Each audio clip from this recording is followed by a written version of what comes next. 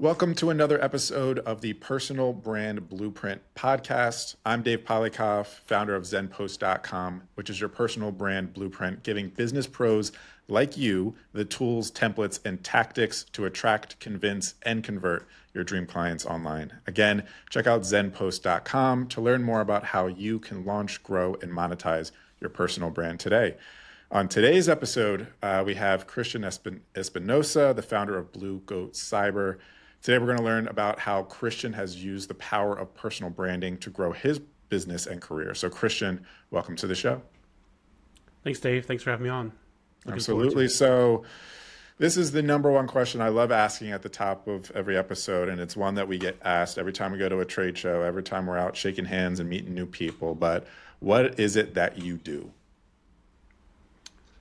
I do a couple things. One, with my company Blue Goat Cyber, we help medical device manufacturers secure their medical devices so a hacker can't hack into a pacemaker or a drug infusion pump or anything and kill somebody.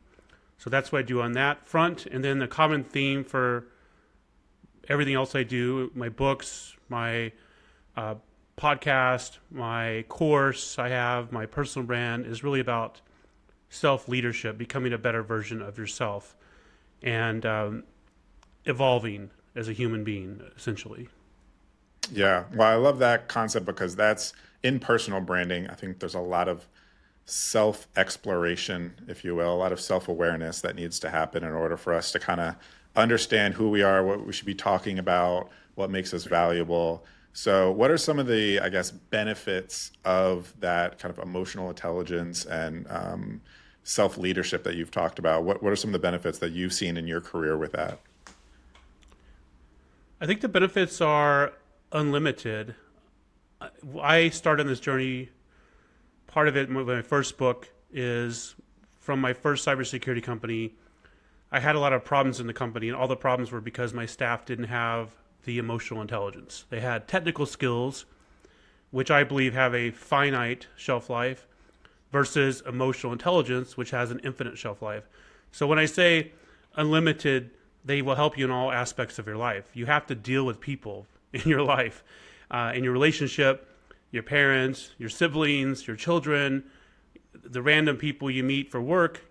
Emotional intelligence helps with all of that. And I think often people don't develop the awareness or the desire to improve the relationships, and they wonder why all the relationships are the same. They date one person, it doesn't work out. Then they date another person, it doesn't work out. It's the same thing. So developing that emotional intelligence can really help in all aspects. Yeah. And one thing I noticed within people who are successful with their personal brands is not just emotional intelligence, but I kind of think it's like sister competency, which is empathy. And the two I feel kind of are the same in the sense of when you need to market to someone, you need to not just understand where your boundaries are, but also what the pain points are of your audience. How important is it to be kind of confident in your own skin with emotional intelligence and understanding who you are, but also being able to be aware of other people's boundaries and pain points when it comes to like how you're going to sell something to them or how you're going to just show up to them in a relationship?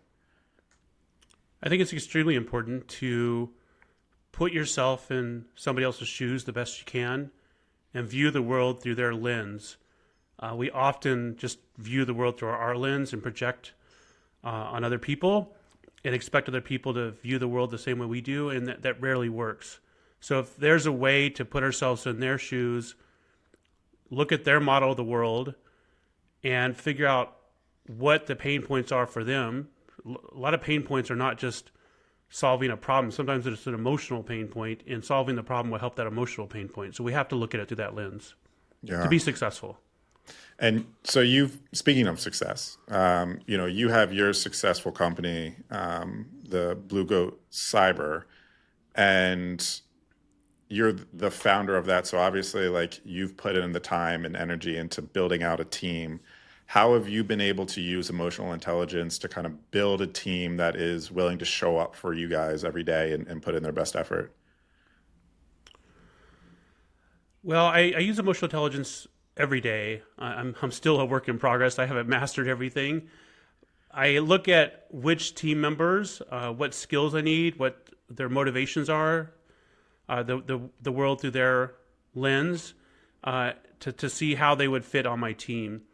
And then, as a leader, I have to set a vision and create an environment and a culture where people want to work for me and with me and achieve that vision as well. So it has to be something that is interesting and emotional appealing and serves whatever the person that's on my team, their drive, and is in alignment with where they want to go with their career and life as well. Yeah. And you have this concept, I've never heard the word before, but self-leadership. Can you kind of define what self-leadership is and why that's important? I think leadership starts with yourself. Often we think leadership is leading other people. The person you need to lead the most is yourself. And if you can't lead yourself, I don't believe you're going to be effective at leading other people. And by leading yourself, it includes developing emotional intelligence, having a growth mindset, having awareness, having the desire to get better every day, 1% better. Those are all things about self-leadership, not blaming society or blaming circumstances, taking ownership. That's self-leadership. The same things we want in somebody else as a leader, we should have embodied in ourselves.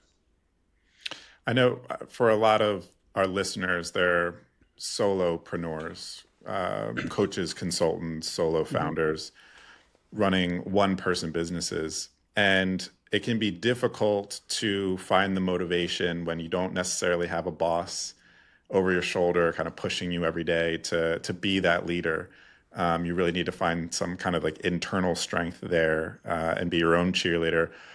Do you have any kind of tactical steps that we can take on a daily basis to show up and be that self-leader of ours so that we can be successful?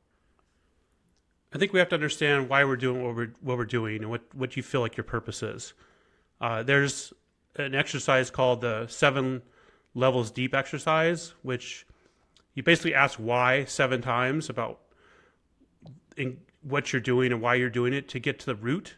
And if you have a strong enough reason, then you'll show up every day.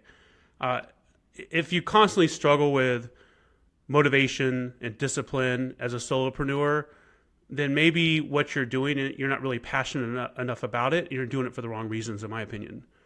I think if you're doing it for the right reasons, you'll show up with that discipline and with that perseverance and with that resilience, all the things that are necessary to succeed as a solopreneur or an entrepreneur.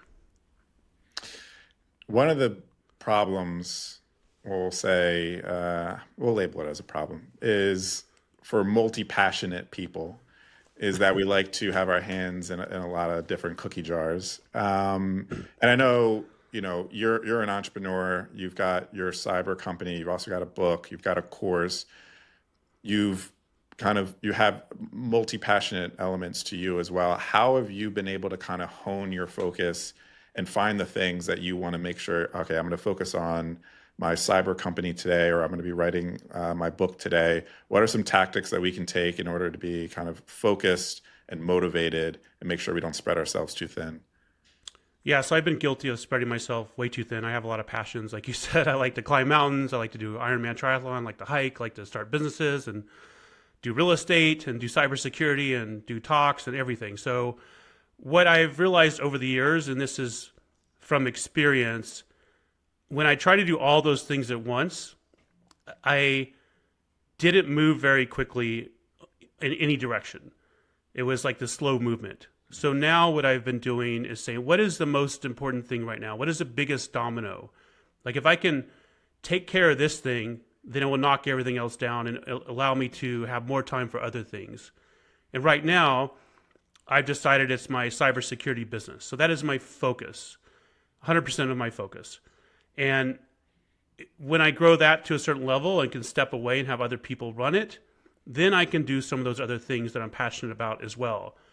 But I can do this much more quickly by focusing on it versus trying to do everything at once. And what I also do to help with this, Like if you look at my calendar today or yesterday or anytime, I have these blocks of time. I believe in monotasking, which is doing one thing only for a concentrated period of time. And I usually do that for like an hour at a time. So that means if I'm working on a talk, which I have a speech I'm giving next week at a conference, for that hour that I block off my calendar, that is literally all I do. I don't check Slack. I don't check my phone. I don't answer the phone. I don't check email. I just do that. And that has allowed me to become much more productive versus busy. I think a lot of people are very busy. And at the end of the day, they kind of like exhale and like, I'm done with the day. And then the next day, they repeat the same thing. And that is not a way to move the needle. You need to be very productive, which is why I believe in monotasking, not just at like the hourly level, but also at a macro level on the thing that will move the needle the most for you, such as my business right now. Yeah, I have a tool that I use for that, where you can block out, you can list out your tasks, and then you have your calendar right next to it, and you're able to click and drag your tasks over into your calendar. So you literally say, at 1 p.m., I am doing that spreadsheet or whatever, right? And then 2 p.m., I'm doing whatever. Time blocking. Shout out to a tool called Akiflow, Akiflow. It's been a lifesaver. But Aki Flow, you said. Akiflow, I'll link in the show notes and I'll send it to you Okay. after I this. may have to But check that out. Yeah. it's been a lifesaver because it's a quick to-do list plus your calendar, and you just kind of organize your day, time block, and you can create like buckets, categories of things. So like from 1 to 4, I'm going to do sales, and then you can block off a sales chunk, and then you can do tasks within that, like sales related tasks within that time block. That's awesome. But yeah, with that in mind, do you have any tools or resources that you use or you advise other people use to help stay organized and stay motivated? I'm not as organized as I need to be. I have a virtual assistant to help me, an executive assistant to help me stay organized. And what I use is Asana. I have a list in Asana. Like if a task comes up, I add it to Asana, and then I will take my calendar, my Google Calendar, and add things from that list to the calendar. And I try to block or group them, like you mentioned. Like here's all the sales related tasks, and then focus on that. And then I check them off in Asana when I'm done. But I use Asana mainly to make sure I'm not dropping the ball on any task, that I don't write it on a piece of paper and forget about it, or when an email comes in, I think, okay, I'll go back to the email later. I add it to Asana immediately and try to stay on top of it that way. Sure. Now, with the concept of leadership and needing to kind of do the inner work in order to know how you show up for yourself and for your team, was there a time where maybe you weren't as competent in those areas? And if so, what kind of led you to take the steps to kind of do the inner work, find your inner leader, and kind of what was that catalyst that led to that change? So there's been a number of catalysts. I think the biggest one is when I started my first cybersecurity company in 2014. And when I got to having a staff of, I think I had a staff of 16 people at one point, I realized that I was hitting a brick wall, and that was mainly because of myself. I believe a business runs as a reflection of the person running it. So if you are not congruent with who you are and you haven't evolved, then the business is going to be a reflection of that. And I wanted to grow the business, so that really forced me to do a lot of work. So I did some neurolinguistic programming training, which was very useful for me, and I incorporated those principles in my first book, The Smartest Person in the Room. And I think anybody would benefit from neurolinguistic programming, just watching a few YouTube videos on it and understanding how we think and how you think and how our behaviors are formed in our brain under these patterns based on a stimulus, but we can change them if we want to. So that was really pivotal for me, as well as reading the book by Carol Dweck about mindset. I would say that's probably one of the things that really started me on this path, was that book as well. Yeah, can you talk us through a little bit more of NLP for those who are unfamiliar, like specifically if they wanted to check it out, what is NLP, and then why is it so important that we have a good understanding of it? Yeah, NLP is neuro-linguistic programming. So it's the idea that we are programmed in a specific way, and our brains are malleable, so we can unprogram that and learn a new trait or new habit as long as we believe in a growth mindset. A couple of the important concepts with NLP is that we all have a different model of the world.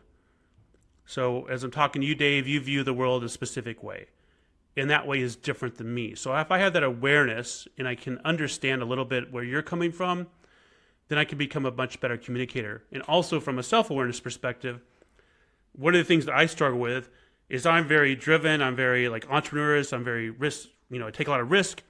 So I think everybody should do the same thing as me. And I get frustrated when people aren't like me, but then it's like, well, that's my model of the world. So I need to appreciate somebody else's model of the world, because it takes, different skill sets and different models to come together and build a great team. And like one of the NLP presuppositions I talk about frequently, there's presuppositions, which are like the top things to remember for NLP, is that the meaning of communication is the response you get. That is one of the NLP presuppositions. And that's extremely important because we often blame the other person in communication for not getting something or not understanding. And given that presupposition, it shifts the ownership back on you to communicate in a more effective way, to where the message is received and it lands and it resonates. I think it's extremely fundamental things that anybody could benefit from. Like I said, you could just watch a few YouTube videos on neuro-linguistic programming, and it will really, I think, change your perspective on things. Yeah, I love it too. And again, going back to just kind of tying it with who our listeners are and what their priorities are right now. And a lot of it is, I need leads and I need clients. And when we show up with our content, when we show up on a sales call, sometimes we are a little bit selfish in how we present both of those things. And it's a matter of like what I think is interesting or what I think they should hear. But really, with our content, with our sales calls, it's a matter of what's going to best communicate to them. How are they going to receive it? And are they going to interpret the way that you want to get the result that you want? And so, yeah, doing that work to understand like who is your ideal client, what's important to them, what pain points are they going through in their life, how are they thinking, what are the other solutions that they've tried and have failed with and are frustrated about now. Putting yourself in their shoes, as you say, helps with that communication. And there's a little, again, going back to that empathy, I think is really, really critical. Yeah, I think a good tool for that's helped me a lot is it's called Brand Script. So Donald Miller came up with it, and it walks you through all the things you discussed. But one of the main concepts of that is we need to be positioned as a guide and the client or the prospect as a hero in a story. And often in sales, we position ourselves as a hero to come in and save the day, and that doesn't work. It needs to be the other way around. And this is proven time and time again. So I suggest, if you're struggling with sales and having that message land, to look at that brand script and walk through it. It'll really force you to clarify your message and understand those pain points with your prospect. Yep. It's you are Yoda and your client is Luke Skywalker in this case. Yeah, exactly. You are not the hero. When you work with people, whether it's coaching or through your coursework and such, where are they typically in their lives that for them is the catalyst to want to come to you, to work with you, to kind of get that self-leadership, understand emotional intelligence a little bit more? And what's typically like a common mistake that they're going through at the time that is the reason they're coming to you? It's usually where they've reached a point of frustration and they tried a few things and they have a little bit of awareness. And they're like, what I've been trying is not working. So can you help me from a different lens? Because we're all like a jar and we have a label. And we can't read the label of us because it's pointed outward, right? For the jar. But often a coach or an outside perspective can see the label with clarity and help you on your journey. And sometimes we just try to do it ourselves and we hit a wall. one of the things that I have had to come to terms with my course or my work from a self-leadership perspective is I see the people that need my help the most, and I want to help them, but they're simply not ready. They have to have some defining moment or just get fed up enough to actually seek out the help. We're typically driven by two things, pain or pleasure. And unfortunately, the pain is the one that is typically the biggest driver. So you have to, for me, I have to witness people going through pain until it becomes so unbearable that they're finally ready to get some help. And, it's unfortunate that I have to wait to that point to help them. Yeah, I know. We think we all can definitely connect on that when it comes to just trying. We can see our clients suffering, but there's just not a strong enough need at the time, at least emotionally for them. They need to kind of go through a little bit more turmoil before they come knocking. But you can help them today, but yeah, they're just not ready yet. It's like that egg that still needs to be boiled just a little bit more. Yeah. So yeah, we have self leadership and emotional intelligence. What for people who want to kind of understand where they are, intelligence overall can be kind of scored. You can have an IQ level and such. For emotional intelligence, how can people understand where they are on the emotional intelligence scale to know if they need to put in the work to be more emotionally intelligent? There's a couple things you can do. You can read my book, The Smartest Person in the Room. It helps you with emotional intelligence. I have some exercises in there. Something else that I find valuable are personality assessments. You can go to 16personalities.com and take an assessment there, and it will tell you how you see the world, but it will also tell you how other people see the world. So from an awareness perspective, and these things are not always 100% accurate, but it gives you a lens to which you can understand your strengths, your weaknesses, how you come across to others, and how others perceive you. So I think that those tools or the DISC assessment are very useful as well. Yeah. So if people find that they're just not where they want to be in their career, they don't feel as confident, they're not stepping up in that leadership role as much as they would like, and they did want to reach out to you, what's kind of your process that you take people through, or what's kind of a hint at what the course would provide that would help them make that transformation? What's like the interaction that you have with your clients in that way? So I would talk to someone on a discovery call if they want, my help from a coaching perspective, and I would do some questioning, have a discussion, and often people think they're ready, but they're not really ready to do the deep work. We all say we want something, but rarely are we ready to do what's required to get it, because that involves something we haven't done before typically. So I try to judge that to see if somebody's even ready to work with me. And if they're not, that's fine. They can read my book or take my course. But at the end of the day, I think it's important, if you want to go get a coach in any aspect, you've got to be willing to be uncomfortable, be vulnerable, be honest, and realize that you're going to have to do things you've never done before to get to where you haven't been before. Because we all want to go somewhere different, so the next level, but there's this inner resistance typically to doing things differently. And I try to assess that. Sure. And then if someone wanted to just take next steps with you, what would be the best course for them to do that? Is it reaching out through a DM, or kind of what's your typical process for actually connecting with them and taking next steps? Yeah, they can go to my website, christianespinosa.com. I have a form on there they can fill out, or my course is also linked on there. They can take the course. And yeah, that's the next step. And then we can go from there. Great. Well, Christian, this has been great. Is there any final words, or how can people, if they were interested in maybe checking out your socials or anything at first, or any other assets that you have, where can they go? Yeah, they can find me on LinkedIn, on Twitter, on pretty much any social media, Instagram. And I try to put out routine content. I have a lot of blogs as well on my website that are useful. So yeah, they can check me out through there. Great. Christian, thank you so much for being on today's show. That's all for today's episode of the Personal Brand Blueprint podcast. To learn more about how to launch, grow, and monetize your personal brand, make sure to subscribe to the Personal Brand Blueprint podcast. Follow me, Dave Polykoff, on LinkedIn, and also check out zenpost.com for details on how to work with me directly. Links to all those assets and everything that Christian mentioned today will be in the show notes below. Thank you, and see you on the next episode of the Personal Brand Blueprint podcast.